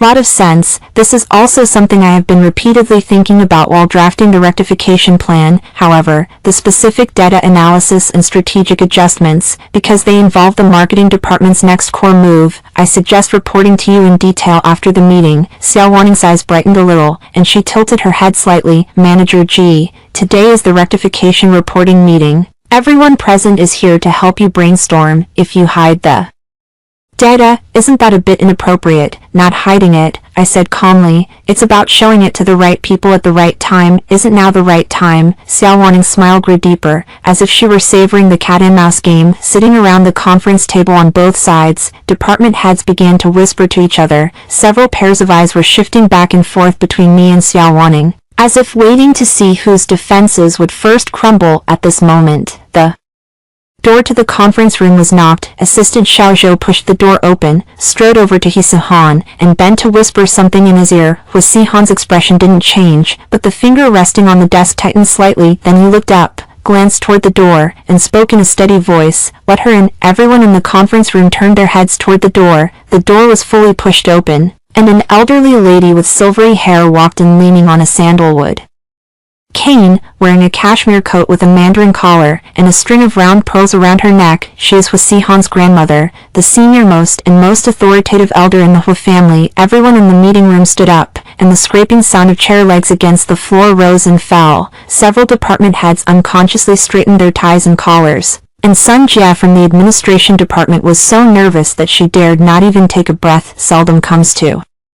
The company, the last time was the 2-year anniversary celebration, and she stayed for less than 20 minutes before leaving. Today she appeared suddenly, and everyone sensed an unusually distinctive aura. Xiao Wanning was the first to react, and the smile on her face instantly shifted to the most proper expression. She walked up quickly, her voice as sweet as honey. "Grandma, why are you here? You didn't say a word in advance." "I'll go downstairs to greet you, old Mrs. Who glanced at Xiao Wanning, her gaze lingering on her face for a second, then it moved past her and settled on me standing behind the podium. Then she smiled. That kind of smile was different from the formal smile just now that Xiao Wanning had. When old Mrs. Ho laughed, the corners of her eyes were full of folds, and inside each fold a genuine joy. She leaned on her cane, bypassed Xiao Wanning, and walked step by step toward the reporting desk. The entire conference room fell silent. Everyone was stunned. Ho Sikhan stood at the main seat, calm on the outside, but a faint curve appeared at the corners of his mouth. That was the expression someone has when they're holding back laughter. Old Mrs. walked to the reporting podium, sizing me up from head to foot. Then she stretched out her hand, patted the back of my hand, and said, "Yunshu, Grandma came to see you." The entire conference room seemed to be silenced. Xiao Wanning's smile was still on her face, but it froze. She turned her head to look at Husahan, then at me, her lips moving as if she wanted to say something, but not a single word came out. Not only her, but the expressions of all department heads changed at the same time, from confusion to shock, and from shock to a look of finally understanding something. Old Mrs. Wu turned around, leaning on her cane, walked to the front of the conference table, sat down in the main seat beside Husahan, placed the cane along the edge of the table, raised her head and looked at the entire room. Her voice not loud but steady and full of energy. "Today everyone happened to be here, so I'll take this opportunity to announce one thing." She paused, her gaze sweeping across each face. "Yunshu is my Hu family's properly married granddaughter-in-law, legally registered wife of Si Han. This identity is officially made public today. From now on she will attend meetings at the company and report as before, but with one difference: if anyone dares to bully her again, go home and ask your elders whether the daughter-in-law of the Hu family can be treated so casually." The air remained quiet.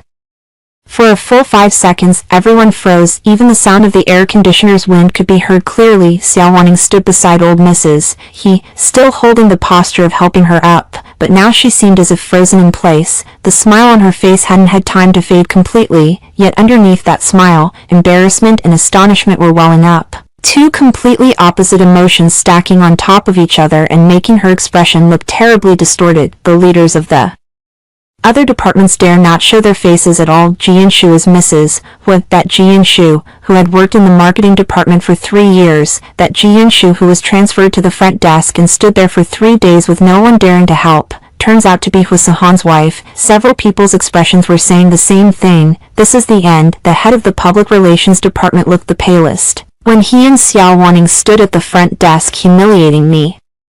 Before, their voices were not quiet. Mrs. Wu scanned the reactions of the crowd around her, nodded with satisfaction, and continued, "I've come today not for anything big, just to see my grandson's wife. I heard she's going to give it today. I don't understand the company's affairs, but I know one rule: if the family isn't going to help, fine, but you can't stand by and watch the jokes. And you mustn't deliberately create obstacles." She spoke the words "deliberately create obstacles" to the entire audience, but her gaze lingered on Xiao Wanning for 2 seconds longer than on others. Xiao Wanning stepped back half a pace and bumped into the armrest of her chair. "Madam," who turned to me, her voice softening. "Yunshu, have you finished your report?" I replied, "It's finished. I'm answering questions now. Are you done answering?" I gave Xiao Wanning a glance, a slight smile curling at the corner of my mouth. "Vice President Xia has more questions, but I think we can discuss them privately later." Mrs. Wu waves her hand, then the meeting is adjourned. "By the way, Wan Ning," her gaze shifts to Xiao Wanning, and her tone suddenly becomes serious, "if you have any questions, you can ask me now." Xiao Wanning's face was as white as a sheet of paper. She forced a smile,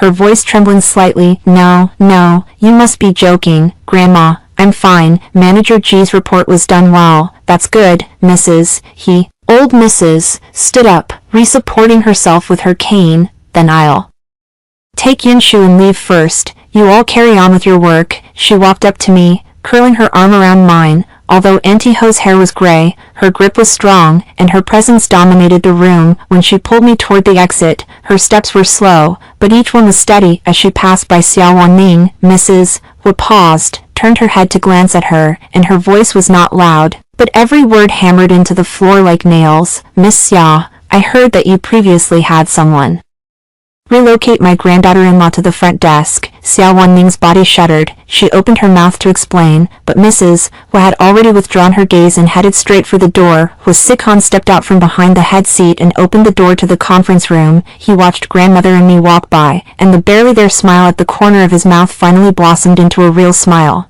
I had never seen this kind of smile on his face before, not smug, but relieved. He whispered, "Yin Shu, thank you." I turned to look at him. His eyes were bright, and there was a lot he wanted to say, but due to the crowd in the room, it was condensed into 4 characters. I didn't respond to his smile, nor to his thank you. I just walked out of the meeting room, arm in arm with my grandmother, toward the elevator on the 18th floor. There were only the 2 of us in the elevator. The moment the doors closed, Grandma suddenly laughed, patting the back of my hand and said, "Yunsu, you've been through a lot. Grandma came late." "Don't blame Grandma." I looked at the silhouette reflected on the elevator wall and shook my head gently. "Not late, Grandma. Just right." Chapter 9, The Belated Confession. The matter of Mrs. Ho coming to the company was like a bomb that blew up the entire Ho Group building for 2 whole days. In the company's internal forum, anonymous posts were erupting like crazy, with each title more sensational than the last. Someone compiled all of my work history from when I joined until now, attempting to uncover any clues about Mrs. was secretly undercover at the grassroots for 3 years. Someone began reviewing every public appearance and every public statement since Xiao Wanning's arrival, reevaluating these actions under the new framework of does Xiao Wanning know that Jian Shu is actually Mrs. Wu. More people drafted a relationship map, marking all of my public intersections with Hu Sihan and Xiao Wanning in the company with red arrows dense as a spider's web. I glanced at that map, and it was quite accurate. The PR department issued an internal memo, wording extremely cautious, basically asking everyone to respect the privacy of the management and not to spread unverified information within the company. But after the memo was sent, discussions not only did not subside but became even more heated, because the memo was about not spreading unverified information, while what Mrs. Wu publicly announced at the company meeting clearly fell outside the realm of unverified. In other words, the PR department effectively admitted it. After I returned to the marketing department, my workstation became a pilgrimage site. Colleagues who used to be indifferent to me started coming by one after another. Some brought coffee, some fruit, and some didn't bring anything at all, just to smile and say, "Good morning, Manager G," as if they had never said that when they ran into me in the hallway before. Sister Lin sits at the workstation beside me, slides the chair over, covers her face with a notebook, and whispers, "Yin Shu, with your current, what's the difference between you and an emperor ascending the throne? We're just missing the fireworks." "Don't talk nonsense," I said, flipping through the documents. "Do what needs to be done. Not a single piece of work on hand can be left undone. Do you still have the mind to manage work now?" Sister Lin widened her eyes. "Aren't you Mrs. Wu? Half of Hu Corporation belongs to you. Do you still care about those 2 pages of reports?" I set down the documents in my hand and turned to look at Sister Lin, seriously saying, "Sister Lin, about the matter of me being Mrs. Wu, whether I can do well in the marketing department is a different issue from that. The Hu family's money is theirs, and the salary I earn is mine. I understood this principle from the very first day I married into the Hu family." Sister Lin was taken aback for a moment, then quietly slid the chair back and stopped joking around. After 3 in the afternoon, Wasaikin's assistant Xiao Zhou came down, standing respectfully beside my workstation, holding a white rectangular box in his hands. "Manager G, this was sent to you by President Hu." I opened the box, and inside was a bouquet, not roses, but white peace lilies, quietly lying in deep gray wrapping paper, with emerald green leaves, pure white petals, and no unnecessary decorations. The meaning of peace lilies is smooth sailing. The person who sends this flower isn't trying to please you. They are saying, "I know you don't need those flashy things." There is a card attached to the bouquet, and it bears the handwriting of Hu Sihan. The ink is very dark, and the stroke is heavy, as if the writer exerted considerable effort. There is only one line on the card. come home for dinner tonight. I asked the aunt to cook your favorite steamed sea bass. Steamed sea bass, this dish was taught to aunt by my mom, because when host Sikhan first came to my house for a meal, this dish was already on the table. That day he ate very little, except that fish was scooped up by him with almost every bite. Later, after they got married, Aunt made this dish countless times, but he never came back to eat on time at mealtime. He actually remembered it. I slipped the card into the drawer and placed the flowers on the windowsill beside the workstation. The peace lily gleams with a soft luster in the afternoon light. After work, I go home. The gate of the villa had a slit open, and light seeped through the gap, orange and warm. I pushed the door open and smelled a strong aroma of cooked food. Auntie was cooking in the kitchen. Upon hearing the door, she poked her head out and laughed, saying, "The madam is back. The sir has been waiting for you for a while." Sihan sat at the dining table. He didn't look at his phone or flip through documents as usual. Instead, he sat there staring blankly at the rotating tablet on the table, as if thinking about something far away. He swapped out his suit today and wore a dark gray loungewear outfit, the collar loose and slack, revealing a small patch of skin just below his collarbone. He doesn't look like President Ho. He resembles more the man from 3 years ago who helped me assemble the vanity in the new apartment. At that time, he would still screw in the screws by hand for me, one by one, screwing them in very carefully, with fine sweat forming on his forehead. Seeing me enter, he stood up, pulled out the chair opposite. "Sit." I sat down. Aunt brought the last dish of sea bass, the whole table of dishes steaming, sweet and sour pork ribs, stir-fried vegetables, hot and sour soup, and that steamed sea bass, its body scored with neat diamond slashes, scallions and ginger arranged neatly. Host Sihan picked up the public chopsticks, picked a piece of fish from the belly and put it into my bowl, saying, "Eat while it's hot. If it cools, the fishy smell comes out." I looked at that piece of fish in the bowl, saying nothing, picked up the chopsticks and took a bite. The dining table was very quiet, only the clink of bowls and chopsticks and the sound of auntie washing pots in the kitchen. This quiet was different from 3 years ago. 3 years ago, quiet meant two people with their own thoughts, not speaking. Tonight, the quiet was host Sikhan wanting to say something, but never finding the right moment. After finishing a bowl of rice, he put down his chopsticks. "Yanshu," he spoke, his voice not loud, but each word sounded as if rehearsed many times in advance. "These 3 years, I owe you an apology." My chopsticks paused for a moment while picking vegetables, then I continued to pick up a piece of pork rib and put it into the bowl. Without replying, he stood up, took a black velvet box from the side cabinet, and placed it in front of me. The box was a full size larger than the one I had taken out earlier in the office, and it felt heavy. I opened the box, and inside was a set of jade jewelry, a necklace, earrings, and a ring. The jade was a deep green, as if it had just been cut from ice, with superb translucence, and under the lights it reflected a glossy luster. "This is for you. When my grandfather married my grandmother, he used this set of jewelry as the betrothal gift. Grandma said that the family's heirloom jade is only passed down to the wife whom the Hu family recognizes." He paused, his voice dropping further. "She asked me to tell you, you are the wife whom the Hu family recognizes." I caressed the emerald necklace, the cool touch spreading from my fingers to my palm. "Hosahan," I looked up at him, "are you doing all this today because you feel you owe me, or because you really understand where the problem lies?" He was silent for quite a while. Somehow, a wind had started outside the window, leaves in the yard rustling. Only the chandelier above the dining table was lit in the living room. The light focused on the small area between us, while everything around us was dim. "Indeed," he finally spoke, his voice lacking the previous composure and certainty, instead carrying a sincerity that I am trying to understand myself. "I owe you too much. From the front desk to the marketing department to that conference room, over the years you bore so much and endured so much alone. I will start today to recall things one by one. The more I recall, the heavier it feels in my heart. But I am not doing this to ease my guilt. If it were only to ease guilt, I wouldn't let Grandma go to the company today." His Adam's apple moved, and he continued, "Grandma going to the company was my idea, but making your identity public was her own decision. She knows Sihan. If you can't protect your wife any longer, the old woman will protect her for you." I placed the jade necklace back in the box, closed the lid, and did not say I forgave him, nor did I say I was moved. I only said, "With Sihan, you finally know to ask me what I need." He paused for a moment, and then his eyes suddenly reddened. Hwee-soo-han didn't cry. From the day he was kidnapped at 6 and dumped in an abandoned warehouse for a day and a night, to when he took over the Hwee group at 20 and was thwarted by the entire board, he had not shed a single tear, but at this moment he sat at the dining table at home, wearing loungewear, and his eye sockets were red as if something had been burned against them. He looked away, raised his hand, and rubbed the corner of his eye. "Sorry," he said again, his voice a little hoarse.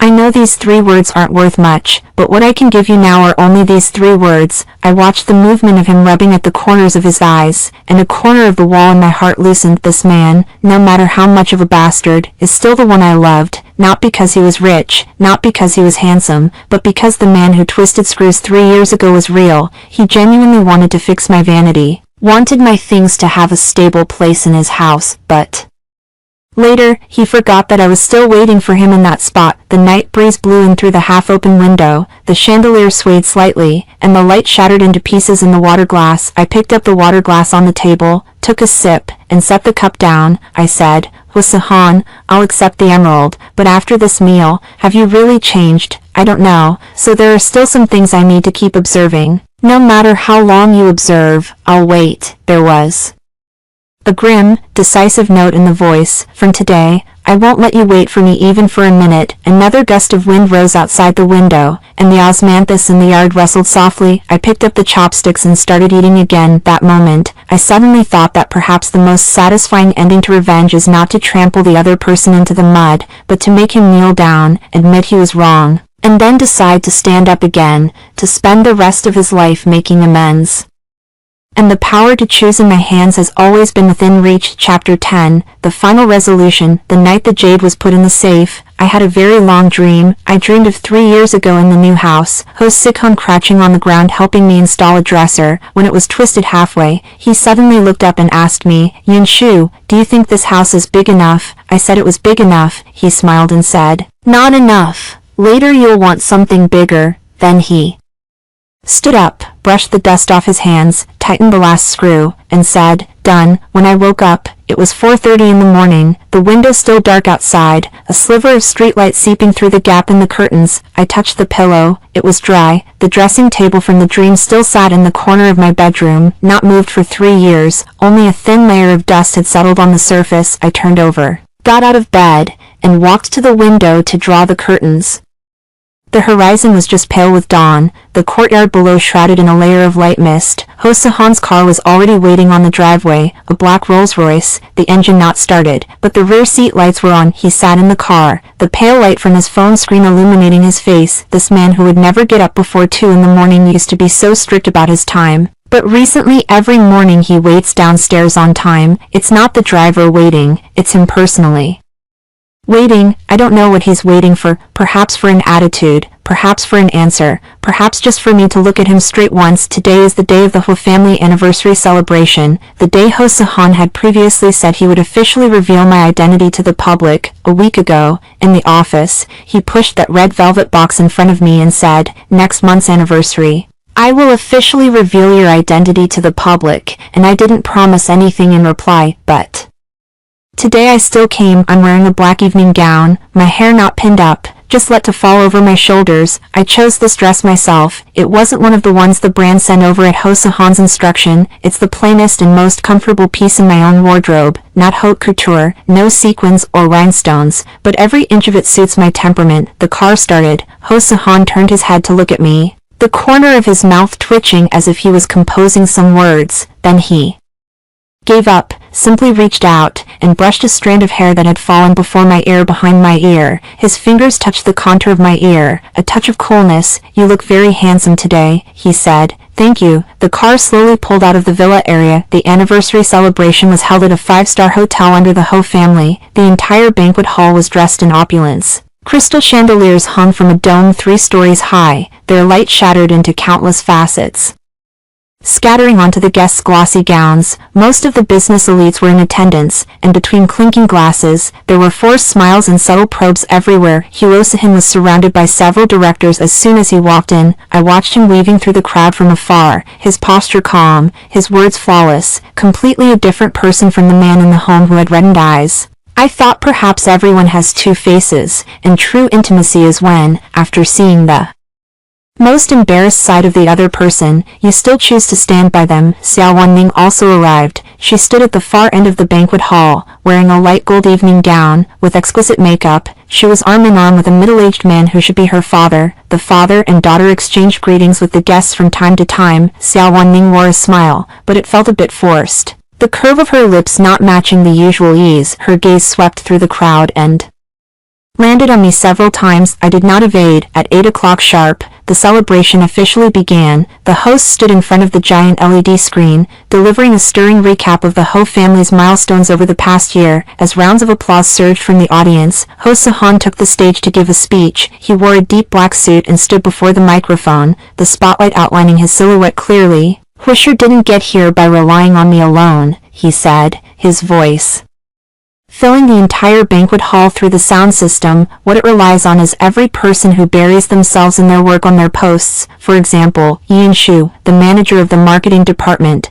who, in places I can't see, carried far more than she should have to bear." The eyes below the stage gaze at me in unison. Some people know who I am, some do not. But what Hu Sehan said is essentially telling everyone present who doesn't know, "This woman is very important to me." Xiao Wanning put down the wine glass in her hand. Her father whispered something in her ear. Xiao Wanning did not answer, only looked at me with a complicated gaze. After Hu Sehan's speech ended, the guests began to mingle freely. I stood on the terrace at the side of the banquet hall with a glass of orange juice, the night breeze cool, causing my skirt to sway gently. The city lights in the distance flickered like shards of diamonds spilled onto black velvet. Footsteps sounded from behind me, and I did not turn around. "Yin Shu," Hu Sehan's voice came from behind, "I want to take you to meet a few people." I turned around, and beside him stood several white-haired old men, all core members of the Ho Group's board. One of them was turning prayer beads in his hand. After he looked me over for several seconds with narrowed eyes, he nodded. "Is this Yin Shu?" the bead-turning old man asked. "Yes, my wife, Yin Shu. You look quite striking," the old man said with a smile. "The old lady has good eyes." Just then, Xiao Wanning walked over with a glass of red wine in her hand. She was no longer that slightly reluctant girl who had been leaning on her father's arm just now. The expression on her face had regained composure, but there was a hint of ruthless coldness in her eyes. "Miss G," Xiao Wanning raised her glass, her voice not loud, but enough for everyone around to hear clearly. "Congratulations, you've finally stood in the position you deserve." The surrounding conversations fell silent. This phrase from Xiao Wanning sounded like a blessing, but the word finally was used with remarkable cunning. It was as if I were someone who had climbed up through painstaking efforts and had finally obtained the thing I wanted. I raised my orange juice and clinked my glass with her. "Thank you, Miss Xia, and I also wish Miss Xia to find this station's location soon." Xiao Wanning's smile stiffened a little. A few directors nearby shared a meaningful glance, clearly all understanding the meaning of this retort. She smiled, nodded, and turned away, but she didn't walk far. She took 3 steps and stopped, suddenly turning back, her voice a little higher. "By the way, Miss G, there is something I have always been quite curious about. You have been married to Si Han for 3 years, yet you have been working in the company as an ordinary employee all along. Is it because Si Han didn't want to make it public, or because you feel you don't deserve the status?" The air in this corner of the banquet hall suddenly solidified. The expressions on the faces of a few directors became serious in an instant. The bead's old man's fingers paused. The spine of Si Han standing beside me stiffened. He was about to speak, but I raised my hand to stop him. I moved forward half a step and stood in front of Xiao Wanning. The night breeze blew across the terrace, bringing the faint sound of distant traffic. "Miss Xia, you asked that question very well." The voice was unhurried. "I and him have had a secret marriage for 3 years because I agreed with his judgment, believing that not revealing it would be more beneficial for the company and for him personally. It's not that I'm afraid, it's that I want to protect him. As for whether we are a good match, the reason I, Jian Shu, could go from junior to senior manager in the Hu Group's marketing department is because of performance, not connections. Who do you think this position suits or not suits?" The composure on Xiao Wanling's face finally shattered. She clenched the wine glass in her hand, the knuckles turning white. "Miss Xia," I stepped closer, lowering my voice. "I remember everything you've done to me during this time. You demoted me to the front desk. You made me present in front of 30 people. You hinted in every public setting that I wasn't capable. The truth is I understand all of it. All your attacks are because you are afraid. You're afraid that one day he will return to me. You're afraid that all your careful plans over the years will be for nothing, but you've misunderstood one thing. Whether he returns to me is not your problem, it's mine, and I have never needed to prove who I am by making another woman uncomfortable. Ning Xuan's lips trembled. She slowly lowered the wine glass and did not speak again. Her father squeezed through the crowd, grabbed her arm, gave me a stiff nod, and pulled her away. Hu Sihan stood behind me without uttering a word. When I turned to look at him, he was staring back at me, his eyes filled with an indescribable emotion. Yin Shu, he said, are all those things you just said, that you've always been protecting me, that really true? Does it really matter? And so what? I gathered my wind-tangled hair behind my ears with a smile. Was Sikhan, I'm here at the celebration today, not because of your ring, not because of Grandma's jade, and not because you're the president of Hua. I'm here to give the man who crouched on the floor 3 years ago and helped me set up my dressing table one last chance, one last time, yes, one last time. I looked at him very seriously, as if refamiliarizing myself with this person. From today, I'll give you some time to decide for yourself. Do you want to continue being the aloof President Hua, or come back to be the one who tightens screws? But one thing, I won't wait anymore, not even a minute. Was Sikhan fell silent for a long time after hearing those words. Moonlight mixed with the lights leaking from the banquet hall spilled onto the marble floor of the terrace, stretching the shadows of the two people very long. Then he slowly raised his hand, not to hold mine, but to take a string of keys out of his suit pocket. There were 2 house keys, an access card, and a small screwdriver charm. The screwdriver was the one he had used 3 years ago to set up the dressing table, which I had kept in the kitchen drawer, and I didn't know when he found it. If you don't want the ring, I won't give it to you, he said, not raising his voice, but every word heavy. But I've sharpened a new key for the house. I've also brought a screwdriver. If anything in the house breaks in the future, I'll fix it. The night wind blew from the end of the terrace, dispersing the laughter and conversations of the guests around the champagne tower in the distance. The city's 10,000 lights connected into a band of darkness, like a spread golden silk, as if the whole world were waiting to see the ending of this moment. I didn't take the key, but I stepped forward a pace and removed the screwdriver pendant from the keychain, clenched in my palm. I'll pay you half first. Let's see how you perform. Sihan looked at the small screwdriver pendant in my palm and suddenly smiled. That kind of smile is exactly the same as the one when you looked up at me after finishing your dresser 3 years ago. Okay, he said, it's a deal. I turned around, facing the city full of lights and the clamorous world of fame and fortune behind me. The wind lifted my dress and